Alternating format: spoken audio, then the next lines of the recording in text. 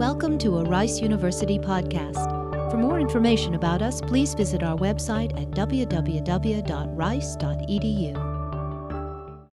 As the director of the School Science and Technology program in the Weiss School of Natural Science, I'd like to welcome you all to our evening to honor teaching and to honor our teachers. As you all know, teaching's a very demanding career, and teachers can influence and impact students' intellectual, social, and emotional development. And it really does an incredible service to our community. But as community members, we often don't take the time to really thank teachers for the work that they do. So tonight, I want to take some time to just thank all of the teachers that are here in the audience and thank teachers in general, and specifically thank the teachers who have been participants in our school science and technology programs. These are year-long programs, and the teachers started last summer with a week-long workshop in August, and then continued to come to either Rice's campus for our chemistry and physics programs once a week throughout the fall and spring semester, and also attend the Rice Elementary Model Science Lab that is in either Atascocita Springs Elementary School and Humble ISD, or in Spring Branch in the Treasure Forest Elementary School. And they've been going there for either day or evening programming, again, once a week for the entire year. So with that, I'd like to have the teachers stand on the day that they come when I announce what date. We don't have any programs on Mondays, so I'd like the teachers who come to any program that we offer on a Tuesday to please stand. Let's give them a round of applause.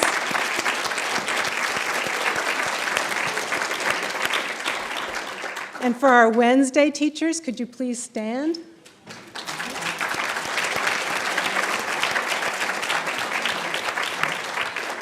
And then I'd like to acknowledge our Thursday teachers.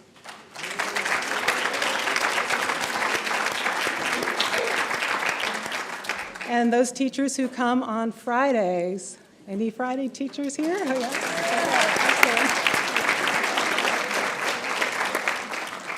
So as you know, I'd really like to also thank the Rice faculty who have been involved in our programs. There are some in the audience. I also wanted, they've come to our programs and talked about their research, talked about science education, and really allowed us to investigate their labs. So thank you to all the Rice faculty that are here. And I wanted to acknowledge Vicki Colvin in particular because her NSF grant that funded the Center for Biological and Environmental Nanotechnology really funded both research and education programs, and we're the foundation for the Nanotechnology for Teachers, which has morphed into our year-long program in chemistry and in physics, and next year in biology for teachers. So I wanted to acknowledge Vicki Colvin, but she's not here because she's ill today, but I do want to give her a round of applause for her outreach efforts. So thank you, Vicki.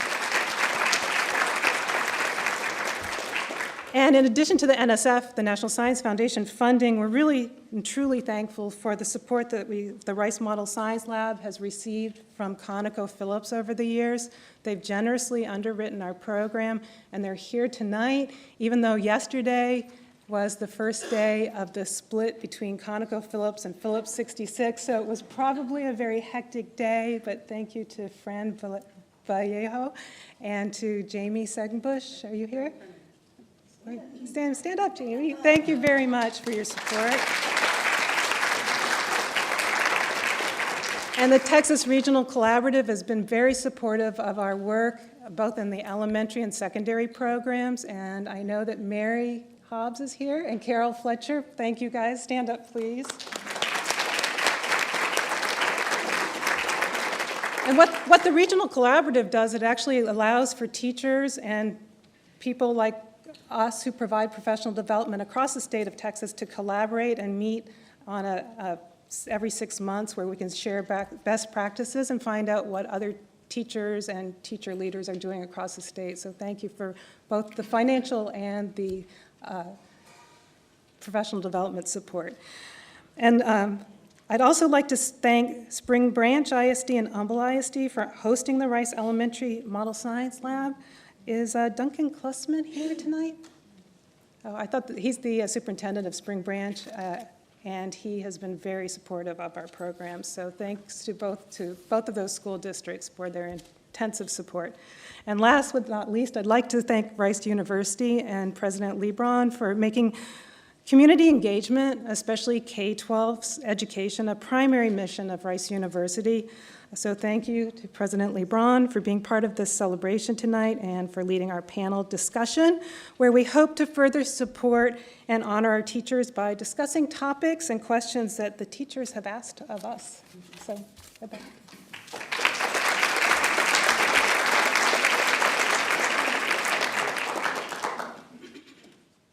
Thank you very much. It's a great honor for me to be part of this evening to honor teachers. As you've heard, we've tried to make K through 12 education an important part of our mission here at Rice, and we do that in various ways. We do it by offering programs for teachers. We do it by sending our teachers out into the schools. We do it by studying the challenges and problems of the city of Houston.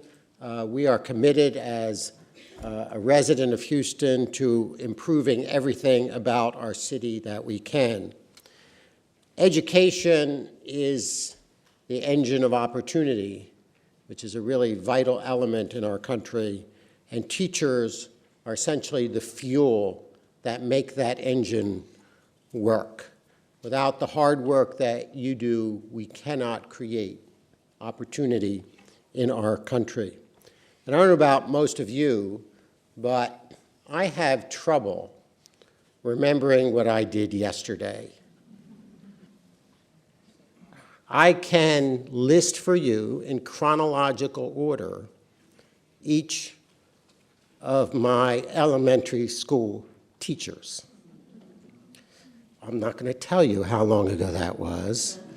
I bet that I'm not the only person in the room that can do that. And that's a reflection of the power of those teachers early in our lives, that they have on us and the paths that we have taken and the capabilities that we have developed.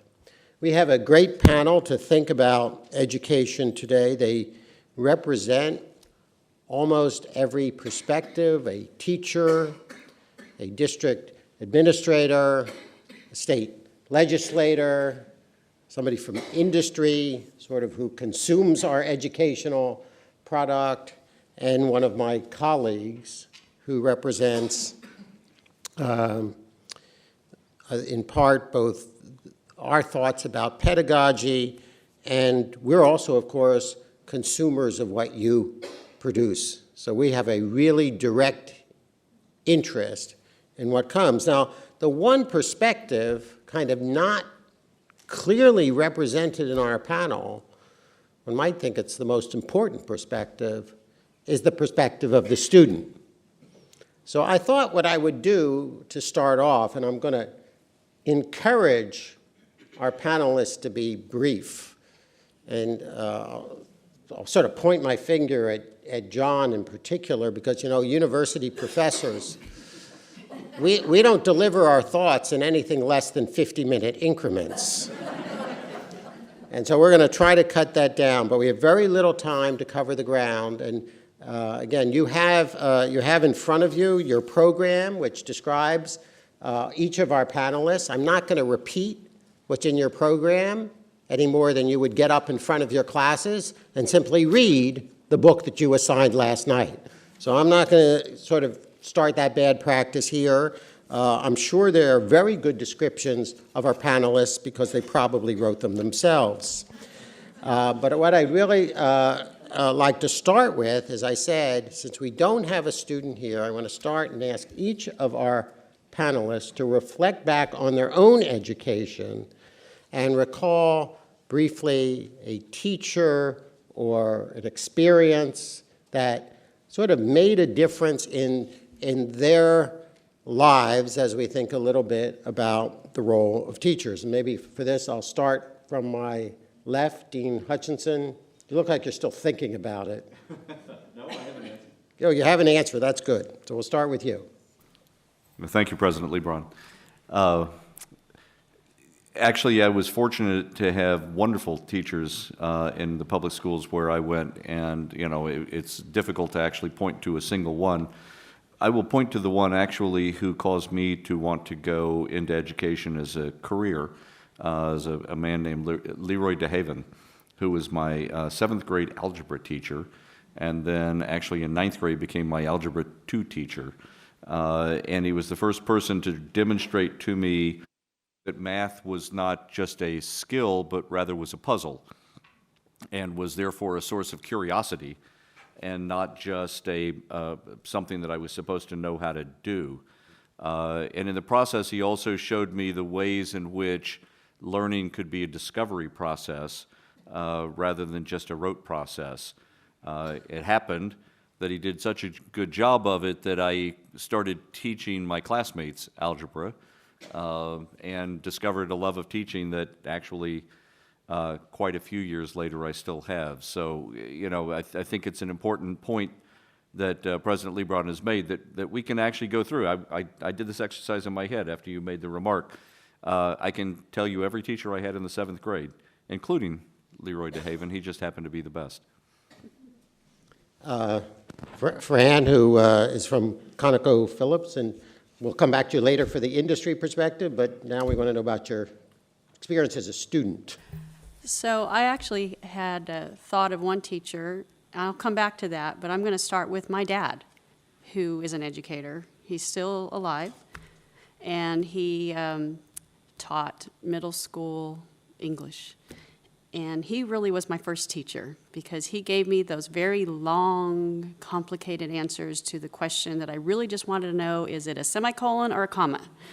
And I got the 10-minute discourse. So in reflection, I think it was really my dad who taught me that there's more to learning than just the answer. And then I'll move on to my high school science and math teacher, Mr. Fate, who made learning fun and actually made it a joy to be in class, but also taught us at the same time that hard work and sometimes memorizing things will pay off in the long run. And when I chose to become an engineer, he was right. It really was important that I knew those things, by rote. So I think those two are the ones that I would look to. Anna Eastman, first Vice President of Houston Independent School District. When you brought up the being able to remember your teachers in consecutive order from elementary school, I had this mini panic that I wasn't going to remember them, and then I reeled every single one off in my head immediately up through 7th grade. But the teacher that I remember the most was my 9th grade English teacher. Her name was Ann Wunderlich. She was fresh out of college. It was her first year, and she treated us like we were real people and listened to us and engaged with us as students. And I remember this one moment in particular in her off period that some friends and I were in her class and we were studying Romeo and Juliet, and we were not drama students, but we got up and acted out a couple of scenes in a really ridiculous and fun way. And I just remember that point of her, a teacher recognizing us, her students, as people that were thinking and engaging with us on that level. And now I'm the mother of a 15-year-old in 9th grade at that same place, and watching the people that connect with him are the ones that encourage and inspire him to be more excited about whatever that subject is he's studying. Spring Payne, a actual teacher in our schools. Yes. I too have two teachers who inspired me, one being my grandmother. She was an English teacher and then went on to become a counselor. And then I also have my first grade teacher who was Gloria Marshall in Spring ISD, and then she became my 5th grade teacher, and then later she was my high school principal. And so what I really learned actually from both of those women was that they continued their education and they continued their growth. And to me, they were lifelong learners. And that was an inspiration to me as a student. And that's something that I hope that I convey to my students as well. That's great. Senator Huffman? Well, when I thought about this question, I I started from where I am and I went back, and I thought about my 5th grade teacher, Mrs. Larson, who taught me and really nurtured in me a love of history and helped me understand that I had an aptitude for that and a talent for history. And she led me to, I won an award in history in 5th grade and then later in 7th grade. Well, that led me then to think, well, I'm going to study history in college, and I got a degree in history from LSU, which made me very interested in the Constitution and government. So, of course, I had a degree in history, totally not qualified to do anything, but got a job as a secretary in Houston at the Harris County District Attorney's Office because I was very interested in government and the Constitution. And from there, I decided to go to law school, and I got a degree in law. And then from there, I worked as a prosecutor for several years, and then went and was elected as a judge, and then served there for a while, and then decided I really wanted to get involved in government and ran for the state senate, and I'm now a senator. So when you trace it back, I think I can trace it back to Miss Larson in the 5th grade, who taught me the love of the United States of America. Thank you. Now, of course, those are all positive experiences. I feel I ought to balance this out. With a 5th grade experience I had in music class, and we were singing, I think the teacher was going around the room, we were each singing sort of briefly, I think it was from the Pirates of Penzance or something like that. And it came my turn, and I sang with enthusiasm and confidence, and the teacher said after that, well, that was very nice, except when you sing, your voice is actually supposed to go up and down. And that was the last time I ever sang in public.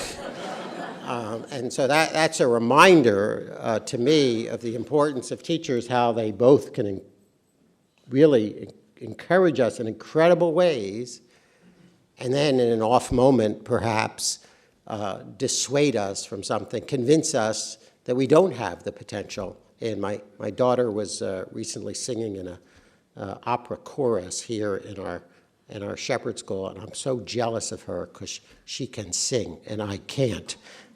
But anyway, so let's move on. I think I'd like to go back, I think where sort of where things started.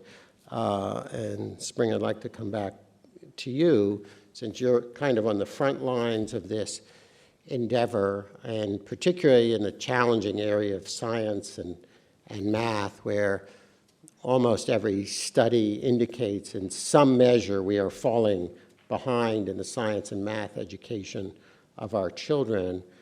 What do you see as the obstacles in carrying out your tasks as a you teach also fifth grade? Grade. I have to say, I once taught, I spent my life teaching students at the university level, but I was once invited back to my synagogue in Philadelphia to teach students of that grade, and I just said, never again. It is tough, but what do you see as the obstacles to achieving your full potential in the classroom and their full potential? There are many obstacles from the inside as well as the outside, meaning of the campus. And some of the inside factors that we have are just the basic time that we need and the funding that we need to delve into the curriculum and the extra resources that we need to meet the needs of our students. And we are a very diverse and growing population, and none of our children are at the same starting line, but they're expected to end up at the same finish line. And so you have a lot of diverse education going on throughout the school day to differentiate and meet the needs of those kiddos. And there again, that's where the time and the funding seem to be two of the biggest obstacles that we have. Some of the outside factors would be just the home lives, again, of these children. We have children that are coming from various backgrounds that do not have homes that support education, and that can be a very detriment to the child. So we're working with not only the academics of our children in fifth grade, but we're also working on the emotional and social aspect of developing them as citizens who can thrive in the community and have a purpose. It's just daunting to me to think about all the things you have to be simultaneously. I want to then take the question to Anna, sort of thinking of this from the district, more sort of systematic district level, thinking about not just teachers individually, but schools and systems. And I think, as we've heard, all the different kinds of students, and yet with all those different kinds of students, the push in some ways seems more toward standardization, measuring things, standard curricula, not perhaps reflecting both the differences in the students you mentioned, but also to some extent differences in teachers. Maybe they don't all actually have the same strength. So how do you see the challenges and what we might do about those? So I think from the board level, the biggest challenge are all the competing interests in our system for the funding and the money that take us away from focusing on what is actually happening in the classroom and supporting teachers so that you all can come in, grow, and be the professionals that you're required to be to meet the challenges that Ms. Payne mentioned. I have 3 kids who are in the system. They're all very different people, but they all seem to be able to hit that common bar, which I think it's incredibly important for us to have a set of expectations that we want all of our children to be able to reach and achieve, but then that we provide the supports to enable our kids that come in with incredibly different inputs from the very beginning and unlock that. I know we have such great challenges around science and math, but we also know that our kids who don't have the ability to read and comprehend, access to large vocabularies, are going to have these great challenges on the other subjects if they can't take in and process and analyze information. And so I think for me, as a board member, the challenge is to keep our body focused on supporting what can and needs to happen in the classroom. And there are so many different things coming at us. And as we look at operating in a new financial climate, that we really peel off all those layers of the onion that take away from supporting salaries so that we can grow in our profession and the kind of development that you need in our classrooms. So let's go to the other end, and Fran is the representative of one of the great sort of corporations in our city and the consumer of the output of our educational institutions. What are you seeing in terms of how well we're doing in terms of the potential employees we're producing? Are there things that you would like to see the school system do that the school system isn't doing? How do you see this from that perspective? Actually, we do a great job. We can do better. That's the thing. I mean, as a employer who is looking for all types of backgrounds with all kinds of different functional areas, math and science, of course, to us is very, very important. But we also have people that we hire who do everything from make copies to do advertising, sales.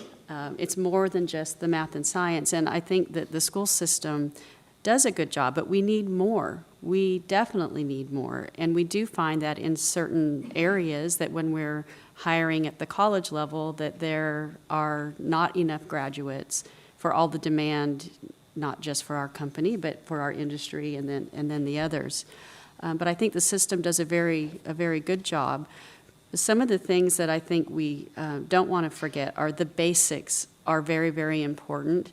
And while math and science is very important, so are basic reading and writing skills. Even if you become an engineer, you have to be able to communicate and you have to be able to write effectively. And so those things are important for everyone, no matter what type of career path they might choose.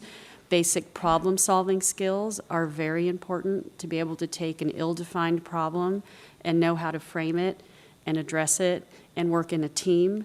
That's the type of skill sets that you need for the young employees to have when they come. And this is what the next thing I'm going to say is not, I don't know how you teach it, but patience. Patience is very important. of course, we all need to have that. But when I see young employees very eager to come and conquer the world, they don't understand that it takes a while to conquer the world.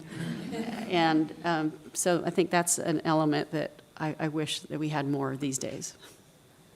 So, Joan, we here at Rice are, of course, also consumers, and so I'd like you to reflect, similarly on what we're seeing and what you think should be changed or improved, but also as somebody who has thought more about effective science education than most people I know, how you think perhaps we should be thinking about changing science education, not only at the university level, but at the secondary and primary level. So President Leebron's right. I have spent a lot of time thinking about that very specific question. I'm fortunate that I teach at a university, which means that I have the liberty to choose the subjects that I think will inspire my students, to guide them through a discovery process, to help them understand that science is a way of thinking about the world and not just a body of information. And I know that as teachers in this room, you don't have that same liberty, that in some regards you are constrained by the sense that a misconception on the parts of people who write curricula that science is simply a body of information that is to be consumed, and that we should test how well you have consumed that information. And there's two flaws with that. One is even if you completely successfully consume all that information, that does not make you a scientist. And the other is that the failure to consume all of that information does not preclude you from becoming a scientist. That we have to be free to inspire our students with the curiosities and the puzzles which are science, that we have to make it a field of discovery and inquiry, and our students' ability to reason scientifically, to look at nature and think about, why am I seeing what I am seeing? I mean, even if it's as simple a question as the sun comes up every day, but why does it change what time it comes up in the day? That's a simple observation. And you could sit around and think for a while, why would that be the case, and have a good conversation about it, and come to some very interesting conclusions that are quite meaningful, but are very much deeper than simply saying, the Earth rotates once every 24 hours and it goes around the sun every 65 days, and it tilts on its axis. So those are facts that you can memorize. But the discovery of what that means and how it impacts the observations that you make around you are really what science is about. My own sense is then that what we need to do is liberate you. We need to give you the freedom to help your students discover the subject rather than tell you what you have to tell your students.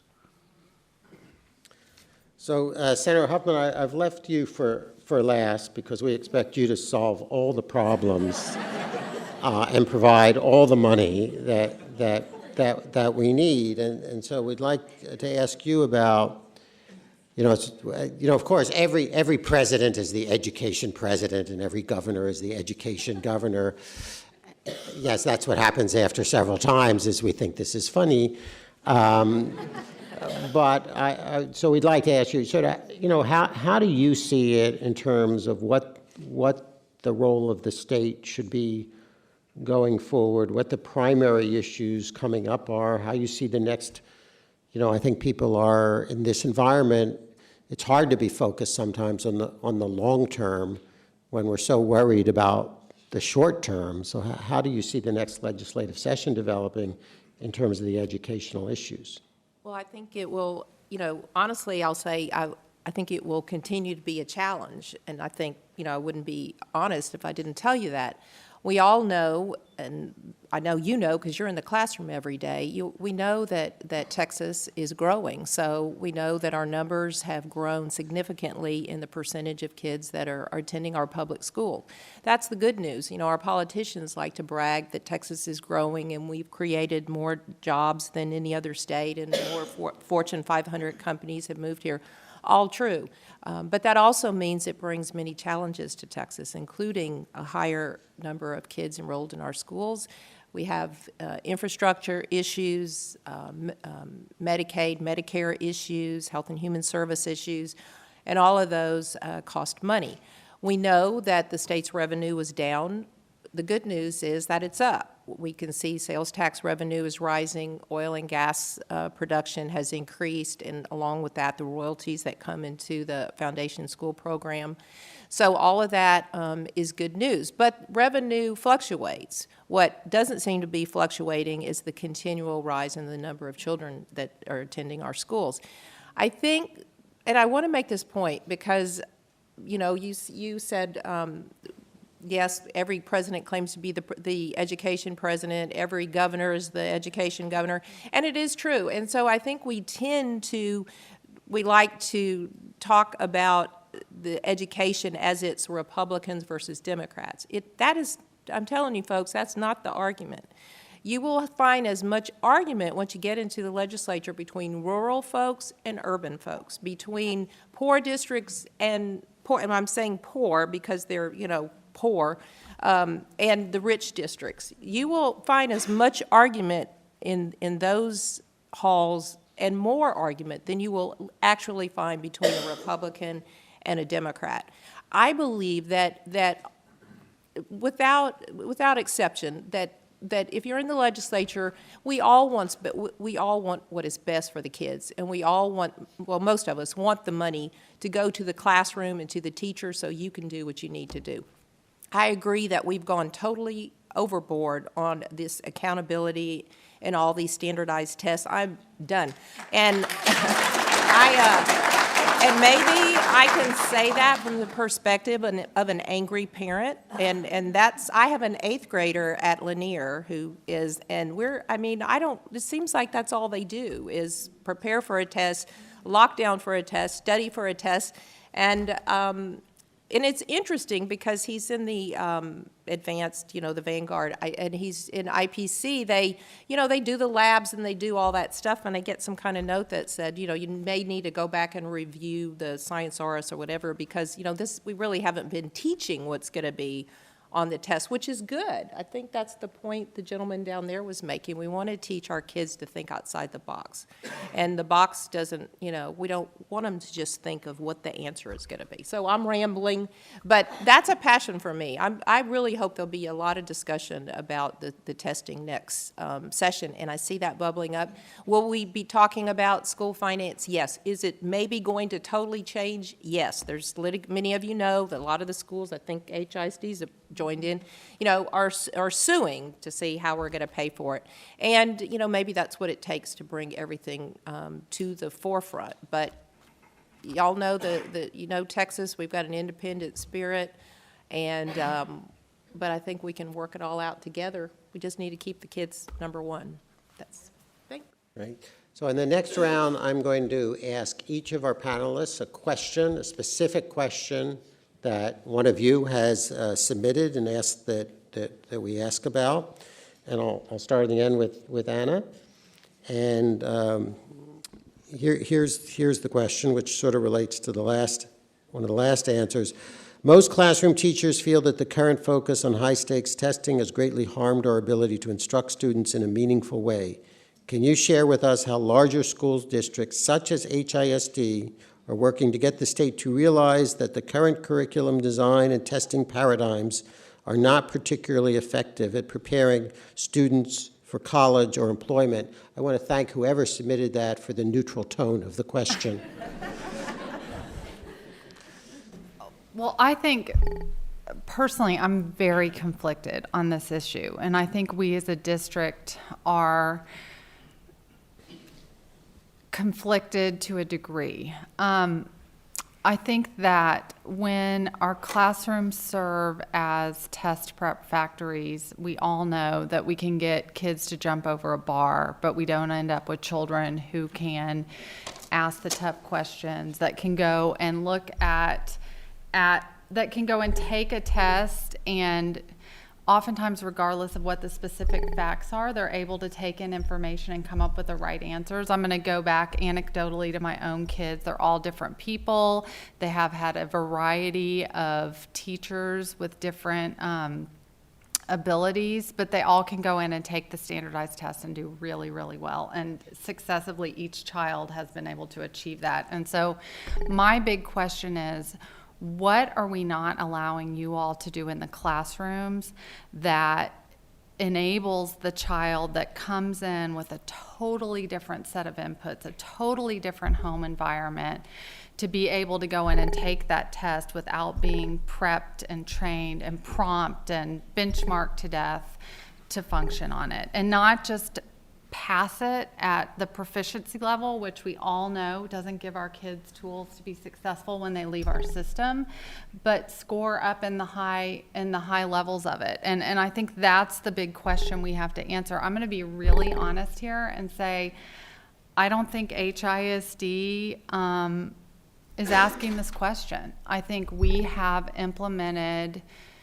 a pretty regimented test prep system, and that we've actually gone a little backwards from where we were. I think when you look at the children at risk ratings that came out, and our district has a lot of schools that are doing really, really well. We have several high schools where kids are average SATs are well over 1,000. And that isn't like that because we were test prepping those kids until they got there. And I'm really worried about the fact that we've gone in that direction to try to give some kind of evidence that we're closing an achievement gap.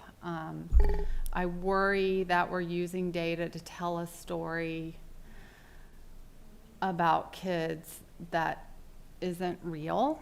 And I think we need to push ourselves to make sure that teachers have access to the tools they need. I'm not for getting rid of the test, but I'm for changing the environment in which we test children in. And I think we as an organization need to have a real, let's look in the mirror and see where we're headed with this. I don't think our policies are committed to accountability and making sure that kids who don't have parents to advocate for them and ask the tough questions are getting the same things in the classroom that my kids are getting or Joan's child is getting.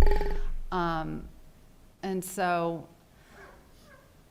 I feel like I'm rambling now, but I think this is our great conundrum, is how do we do this? How do we, we go back to, you have to start in kindergarten and start giving kids those inputs early and reinforce it and continue it all the way up and through. And I absolutely believe that. We have to stop giving our kids a steroid shot in February so that they can jump over a bar in March or April and start building those muscles really early. And I think really who we need to be looking to and asking that is you guys.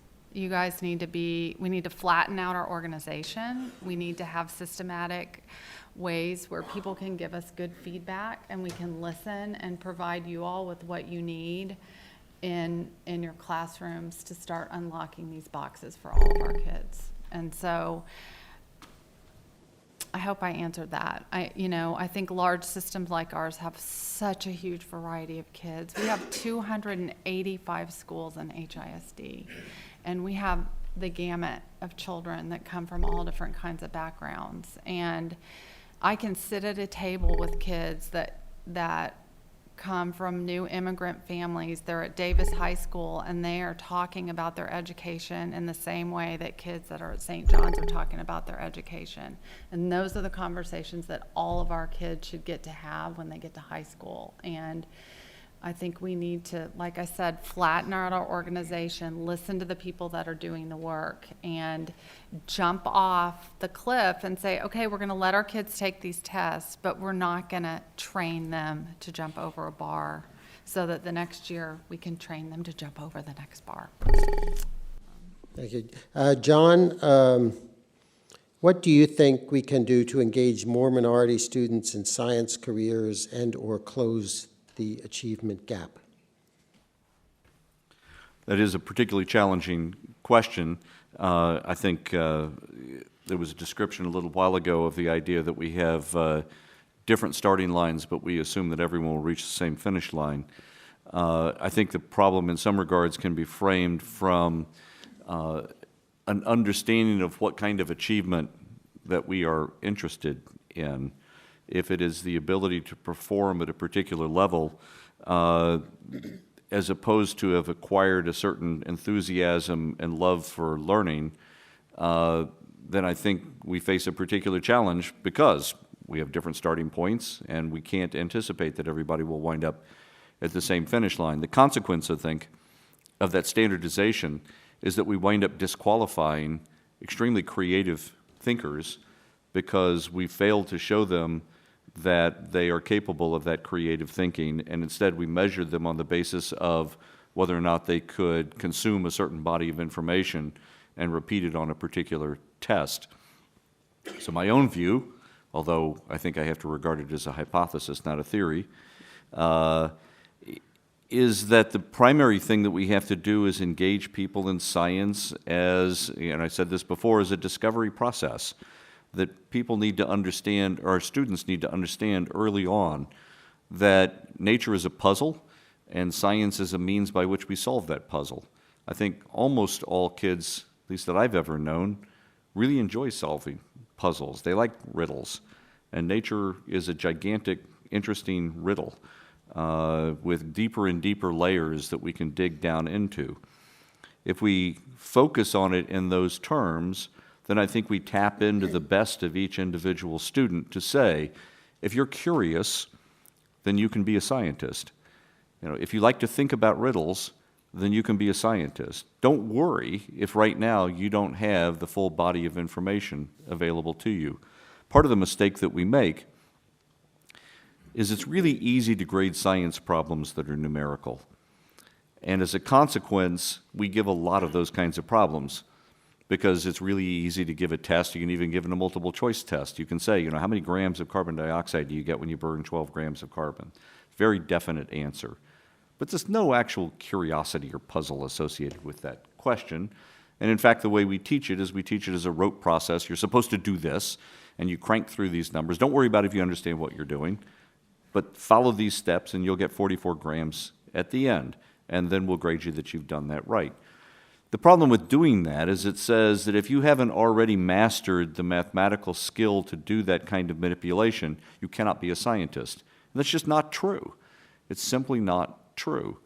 What is true is if you have the ability to look at a set of facts and say, I wonder why that's true, then you have the curiosity to be a scientist. I mean, it may sound strange for somebody, you know, whose background is in chemical physics to say this, but we emphasize mathematics way too much in science, way too much. The reality is that math is a tool in science, it's not the end, and that we need to focus on those aspects which are more conceptual and therefore that are more open to students who maybe have not started at the same starting line in terms of mathematics, that they can still, in fact, understand and appreciate and even engage with the really interesting questions of science that don't have anything to do with math. So, Spring, coming back to you, what suggestions do you have for Rice University to further its support of K-12 teachers and the Houston community? First of all, I cannot say enough how much I have enjoyed the program. It has helped me tremendously as a classroom teacher, and I am just so thankful that I was able to go through the year program. One thing that I would like to see is for us to have, and this may be in the works since this is my first year to go through it, but to have continued opportunities for us to come back, those of us who have gone through the program, to have opportunities to come back and still learn, as well as for schools that might not have the funds to send teachers to it due to the substitute cost, possibly somehow do like a boot camp during the summertime where the teachers are doing the hands-on labs. I can't tell you how wonderful the hands-on labs were for me personally. My children could not wait for me to come back to my classroom. They wanted to know, what did you make and what are we going to get to do? And there was such excitement, a lot of exploration. The 5E model was utilized well, but I truly believe that if the communication as possible to continue between the program and those of us who have gone through it, as well as possibly set up a boot camp, per se, for some of the districts or schools who cannot send someone for the full year program. Thank you. Fran, two possibly related questions. I'm not sure. They're from different people. First, how can we incorporate some of your real-world activities into the classroom? And what is the most interesting thing that you are working on? I'll start with the last one first, because as it was mentioned, yesterday, ConocoPhillips and Phillips 66 became two independent traded companies, no common management, ownership, and so on. And that's what I've spent my life on for the last year, basically. It's been very interesting to take apart a Fortune 5 company that you helped put together over the last decade. So it's been very interesting. So how do you apply what we do? I'm proud to say that ConocoPhillips is a sponsor of not only the Elementary Model Lab, but many other activities in Houston and nationally to support education. And there are tools and programs available outside of this that for those here in the Houston area, I'm going to look at my acronyms because I don't know them well. The Offshore Energy Center, the Mobile Offshore Learning Units, have you heard of those? Yeah, a few. The National Energy Education Development Project through NEED, we sponsor workshops through that. There's a couple coming up. We sponsor various programs at the Houston Museum of Natural Science. We sponsor the Texas Alliance for Minorities in Engineering Trailblazer program, and many of these have opportunities to bring what we do to understand energy and how it works in the environment and what it's all about to you. Some of them you have to go to it, but there are lots of opportunities out there that we can help bring this very complicated business of energy to you as teachers and to the classroom. And I have to say, we were having this conversation earlier before the event started, that our industry is so complicated, and it's one of our failings is how do we explain the very nature of what we do. And I think the earlier you can start everyone understanding from elementary on up what a complicated business it is to ultimately get the lipstick that you wear. It's not just the gasoline in your car. It's the plastics that you drink out of. It's all those things. So I would offer that Jamie, who's here with me, if any of you have any interest, maybe she can provide some of the information that I just shared on ways that you can help bring what we do into your classrooms. Great. Senator Huffman, you may have answered some of this, but I'll put this as was submitted in this pointed form. How do you plan to represent Texas teachers in the Senate? Well, I think I said this earlier, I think all of us understand that the teachers are the heart of the education system. We understand you're the ones who are with our kids every day, and you're the ones that make a difference. I believe that everyone in the legislature wants to treat you fairly. Now, people may disagree about what the definition of fairness is, and I'm not going to, pinch that. Again, it's not all a partisan issue. I know in the last not the last legislative session, the 2009 session, which was actually my first legislative session, I voted to give the teachers the pay raise, which actually I don't think some of the school boards like too much because we took away some of the local discretion. Not all the Republicans voted for that. Most of the Democrats did, but I did. But we all understand that we have many there's a lot of obstacles out there, and there's a lot of issues that we have to confront. Texas is growing, I've said that, but that is what's driving most of the issues in the state, and we have to look at the amount of money that we have to spend on health and human services. In Texas this year, when you combine all the funds, we'll spend about $48 billion a year on public education. And so Some may say that's generous, some may say that's not generous enough. But we do need to take care of our teachers, provide them with what they need to provide the education directly to our kids. And we need to continue to make sure that we monitor your retirement system. That has been on the forefront, both retirement benefits, health insurance, and so forth for retirees and for current members. And so, we look at all those issues. We need to appreciate you. I do understand that, and I do understand that it takes a passionate and a very special person to want to be a teacher, and I don't think you're given the credit that you deserve. I do mean that. Most rooms I'm in have the clock in the wrong place. This is one of the very few that actually has the clock in the right place, right? Most rooms, the clock is behind the speaker, so the people painfully aware of how much time is passing can keep track of it, while the speaker is oblivious to it. This room actually has the clock in exactly the right place. And so, unfortunately, we are out of time. I had hoped to get to another round. I want to first, Carolyn, I think, has a few last words, but I want to thank all of you again, especially the classroom teachers here.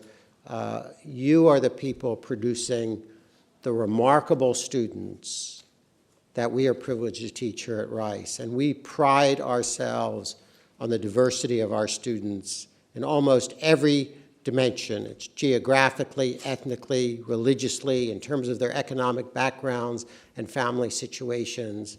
And you are the folks who get those students to a place like Rice, which of course is not the only place you want to get them to. There are lots of great places for higher education, but if you folks don't create that opportunity, there's actually not much that we can do about it. So thank you all very much, and also thank our panelists for their remarkable contributions.